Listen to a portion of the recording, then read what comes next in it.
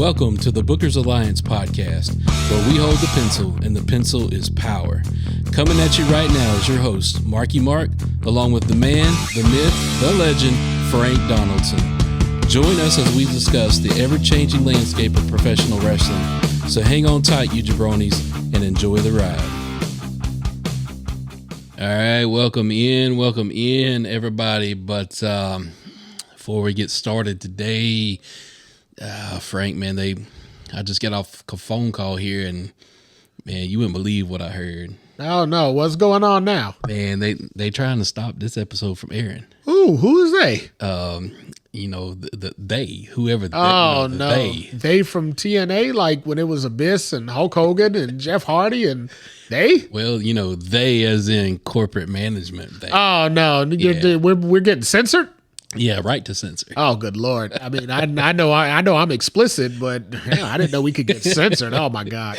Yeah, so ladies and gentlemen, thank you for joining the Bookers Alliance podcast today. Pull yourself up a ringside seat and be ready to run out the door just in case we get chased out of the studio today, because they tried to stop this one from airing. Oh, man. Lord. Well, I know what I need if they're trying to stop an episode. I'm going to have one of these. So yeah, let's crack that open and have it before, we can't. Yeah, we were exactly. All right. So today's episode is called Just Because You're the Boss. ... All righty then. So yeah, we wanted to talk about the ownership's involvement in the product, in what you see on your TV, and whether it be good, bad, or indifferent. A lot of times the ownership, whether it be Vince McMahon, Tony Khan, Dixie Carter, Paul Heyman, whether it be any of these folks, how much they get involved into the product that we see. Yeah, I mean, the involvement's always going to be there. If you own something, if you run something, you want to be involved with it. I get it, but also if you're going to put the people in the position to do the job, you're going to have to let them do the job at some point in time. So I think there's going to be a lot of ups and downs, a lot of roller coaster twists and turns to talk about on this episode, but hopefully we get it all out before anybody comes and hits that mute button on us. Yeah, if we do, we'll try to take the equipment on the run. We'll try. There you go. keep it moving. Keep it moving. So let's start by the elephant in the room here with old Vince McMahon and the WWE.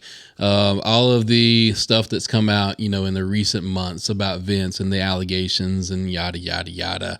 The Just for Men hair club sponsors. The mustache thing. The mustache thing. Mustachio. Yeah, I don't know if he thinks he's Walt Disney or what. No, Charlie Chaplin. I think he's got it. Although if he was making a silent movie, we probably wouldn't be having this episode. So very true. Luckily, he's doing some talking with his Charlie Chaplin mustache. Yeah. So there was a hot minute where Vince was like, "All right," he tweeted, he's like, "I'm done. I'm out. I'm bouncing. I'm retiring. I'm done." And here you go, Triple H. Here's your creative. And that was, so we thought. And a couple months later, Vince is back. He's back at home. He's doing his thing. And should he be doing that? Should he have just left it alone? So, there's going to be two trains of thought to that. For up till this last year, I don't know, 2019 to 2022 campaign of WWE had Vince's fingerprints all over it. And I mean, short of that Bloodline storyline, everybody was kind of down on the product as a whole because, it had been done. It was old. They were saying he was out of touch, blah, blah, blah. Everything that everybody said, it kind of makes you think, he needed to pull back. He needed to, let go of the reins and, not the Roman Reigns, but the regular Reigns, let go of the reins and let someone else take over. So they did. They let Triple H get in there. And I mean, the product freshened up. The fan response was tremendous. Everybody was excited, and then come WrestleMania 39, we get all this story about the sale and Vince is getting back involved and all of a sudden Raw is getting real hectic and it's crazy. So I don't know, but they said this past week when we're recording, they said Vince was backstage because it was in Connecticut. They said he was backstage at Raw. And I mean, I think we agree on this, that this was probably one of the best Raws we've seen. It's definitely the best Raw we've seen since WrestleMania. Absolutely. By far.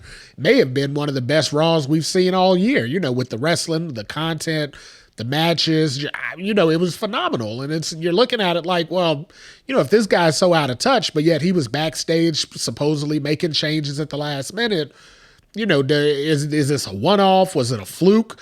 Or does he have the Midas touch and everybody was crapping on him because they had just seen it so long? You know, it's all over the place. It's crazy. Yeah, I think, I don't know, I may have an unpopular opinion on some of this, but I really do think Daniel Bryan called it the best when he looked at wrestling fans out in the crowd and said, fickle. Yeah.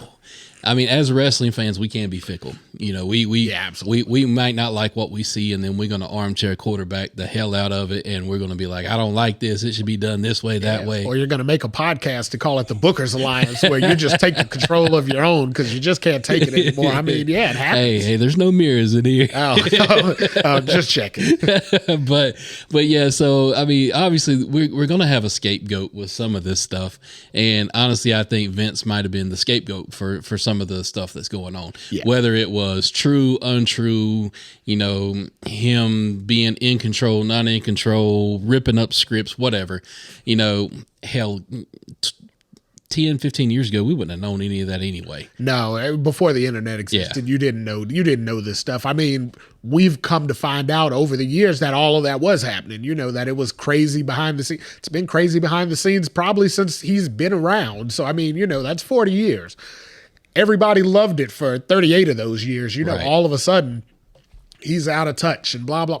I think really what it is, as far as Vince goes, it's, you know, a loud minority that really just, you know, got on social media and just push, you know, everything negative. And once you know, where there's smoke, there's fire. So, you know, once it started, it became a groundswell, and then everybody kind of jumped on the bandwagon like, yeah, I really didn't like this show, or my guy's not getting pushed, or whatever the case may be. And at the end of the day, if you're the boss, you got to take that heat. I mean, you're responsible for it, and he was, so he took it. But I think we're seeing now that you know, there may have been grains of truth in that, but that isn't the whole story that was being told. Yeah, and you know, Vince McMahon wouldn't have been the character of Vince McMahon on TV if there wasn't some truth in the Vince McMahon character. Absolutely not. So we know that he's got the gravitas to throw his weight around and be that Mr. McMahon. And plus, I think we've heard 1,000 different times the $1 Million Man character is kind of based on Vince McMahon. Right. And I mean,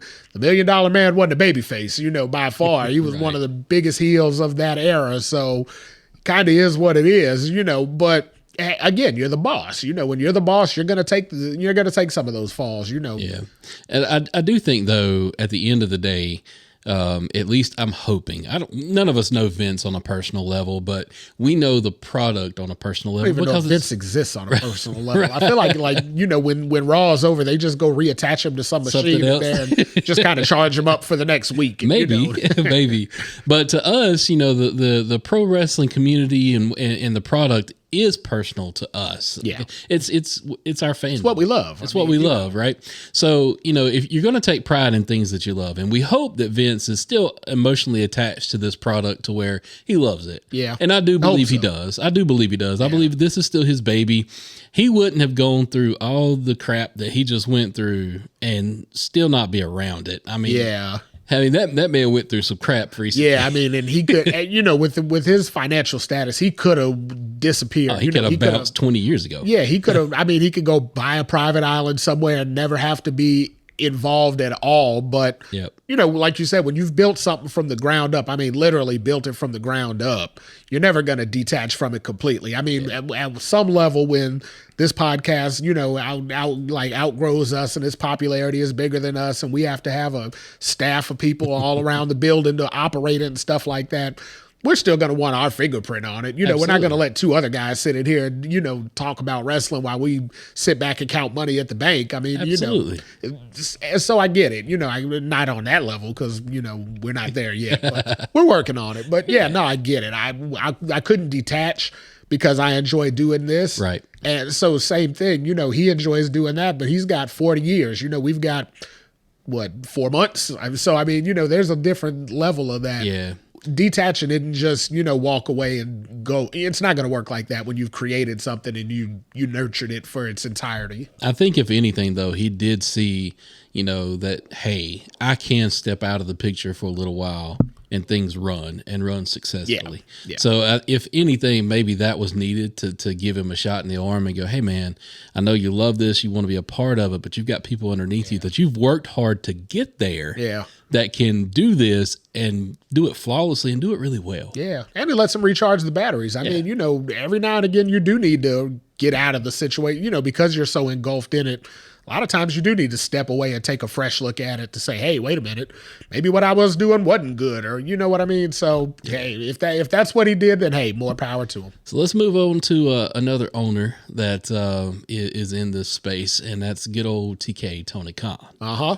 And with Tony, they've been around for a hot minute now, almost 5 years. Yeah, we're getting there. And, what we've seen from Tony, he was a mythical legend there for the first few years. Yeah. You didn't see him. Yeah. It was almost, hey, he's heard as far as what the product's being shown and not seen. But now he's being seen and heard. Yeah, so for me, he's the other side of that coin. If Vince McMahon's going to be the heads of it, Tony's going to be the tails of it, because he's kind of the... how we just kind of questioned, is Vince really still in love with you? How could he really? I mean, it's more than obvious Tony's over the world about his company. I mean, he's enthralled with the business. I think he likes being around the boys. I think he really likes doing the creative. I don't think he likes getting on TV that much, but unfortunately, I think he likes getting on a little too much for my taste. So, Well, now. And it's simply because, every week on social media, there's going to be a big announcement coming. I mean, Dynamite has not had a big announcement in about a year and a half. Every week there's a big announcement. I mean, the level of big that he considers is, it doesn't add up to me. Like, say, okay, CM Punk's coming back. Big for his company, right? That's his biggest star. It's his biggest moneymaker. That's a big announcement. I get it. The very next week, I got a big announcement for you. It's going to be here's going to be the main event, but I'll put it on Twitter on Tuesday. I'll tell you what it is on Wednesday. You'll watch it the following Saturday. I mean, the week before, it was the big announcement is Collision's coming to the United Center. Right. Well, we already knew the Collision. People had tickets for it already. It kind of wasn't that big of a secret, and I guess maybe that's some of it is their secrets don't stay secret long enough for it to be a big enough announcement. True. The stuff leaks real quick. Social media has become the downfall of the kayfabeness of professional wrestling. But he's all over social media. Yeah. I mean, now that's one thing. That's why I said it's the other side of the coin. Vince is nowhere near any of that. He hardly ever tweets. No, he's nowhere near social media. He's nowhere near leaks. He's nowhere near. I mean, at this stage, he's nowhere near on TV's, on-screen character. That's totally not him, but he's entrenched behind the scenes, even if he's only doing, contributing to one angle here, one angle there. So I just thought of a great analogy for TK and Vince. So Vince reminds me of the CEO of this is a little bit reality too, but Vince reminds me of the CEO of a multi-billion-dollar company. Wow, it's hard for you to pull this analogy, huh? Who is behind the curtain, as in Wizard of Oz. Yeah, he's the Wizard of Oz.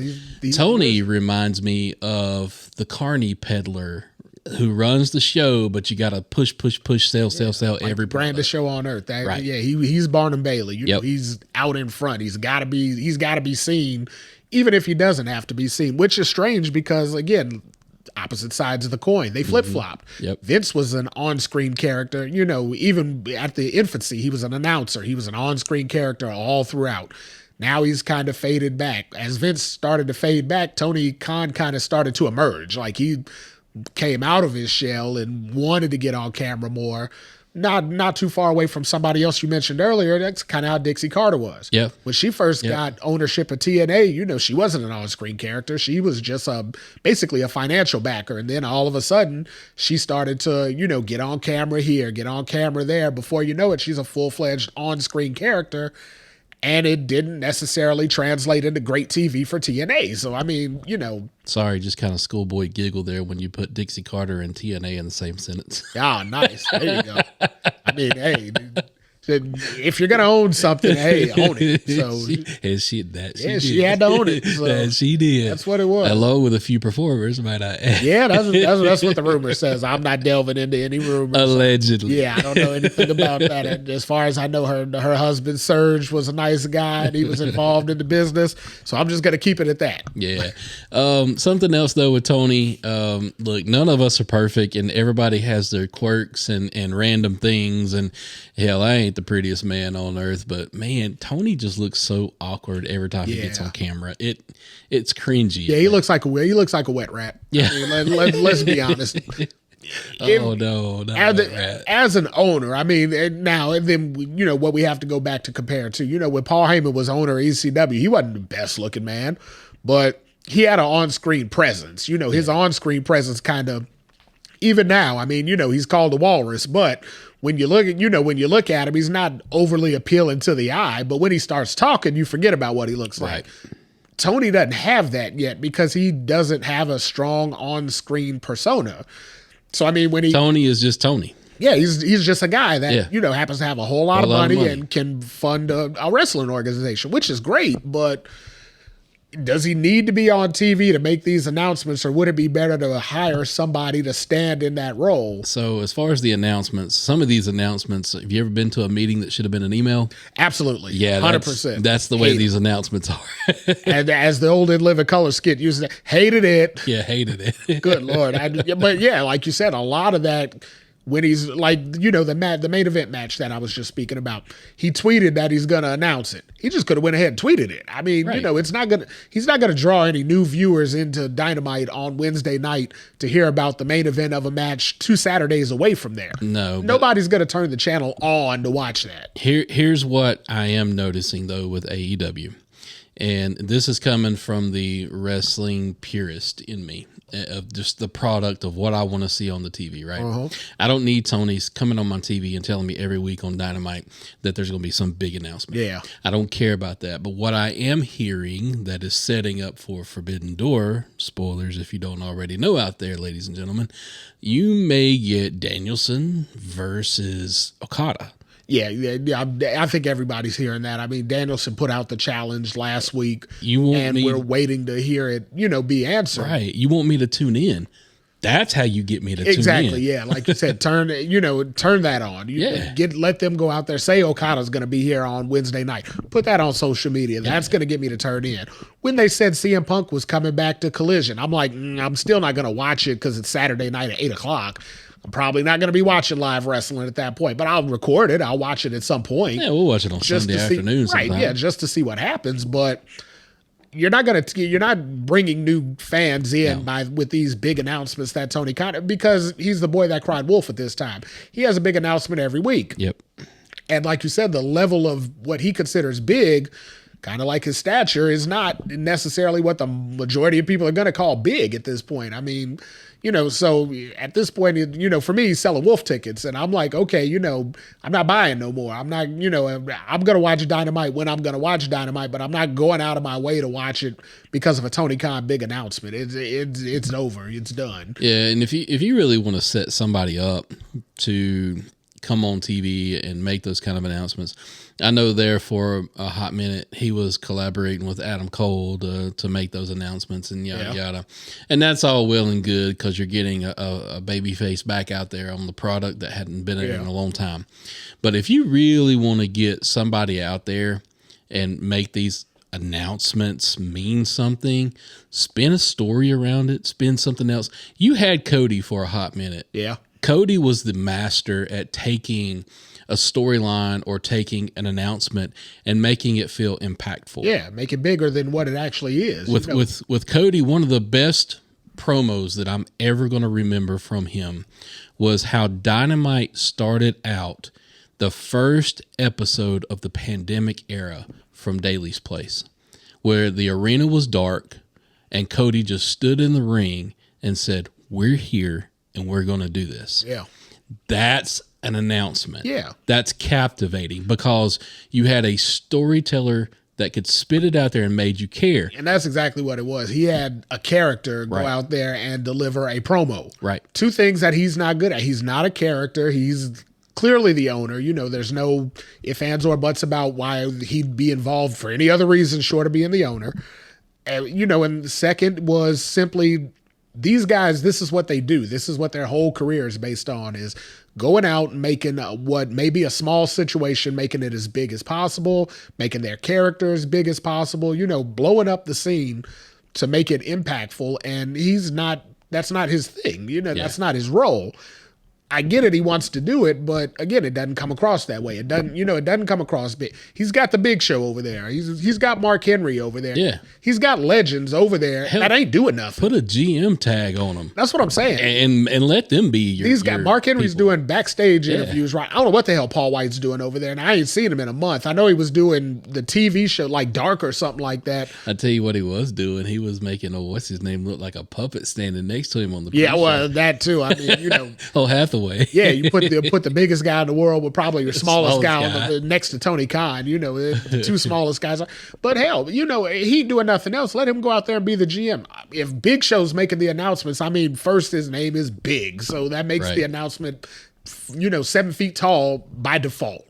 Let these guys that are over there let Jake the Snake go out there and do it. Make an announcement. Let Arn Anderson make an announcement. People that we care about, people that we want to see. Let them do this stuff. Nobody wants to see Tony Khan or cares about him as a character. Again, I love his enthusiasm. I mean, he's what I would strive to be if I had $6 billion. You know what I mean? I would love to get behind wrestling and make wrestling, bigger than it already is, which is what he's doing. But I also wouldn't want to stand in front of the camera and do it because I know that's not my strength. If I got $6 billion, my strength is in them $6 billion. It's That's not right. I'm gonna doing pay anything somebody else. that's good on camera. Exactly. You can definitely hire somebody that can handle that while you do what you do. And I mean, and his creative is solid for what it is, for how long he's been in the business. He's been in for 4 years. I don't expect him to write a Shakespearean play, but I do expect it to be good, and he's providing that. The downfall of it is he feels like he has to egg it on or nudge it to that next level, and that's not needed. Yeah. So I do know that I'm starting to hear some rumblings that they might be on the way, so we might want to wrap this show up. Uh-oh. Yeah, we might want to call it a day. Hold on, let me get this drink out. Yeah, we're going to have to run. But thank you, everybody, for listening to our episode today. Go out there, drop us a line on our social media, and just let us know, what do you think about the involvement of these guys? And of course, it's their companies, and they can do whatever, but, what do you think about it, Oh, no. Oh, Lord, hold on. They're busted. coming. Wrap it up. Wrap it up. All right. Wrap it up. Thank you for listening, everybody. Peace. With that, we bid you adieu. Today's podcast was produced by SBP. You can find our podcast on all major podcast platforms. Also connect with us on our social media accounts. Search for the Bookers Alliance on Facebook, Twitter, and Instagram.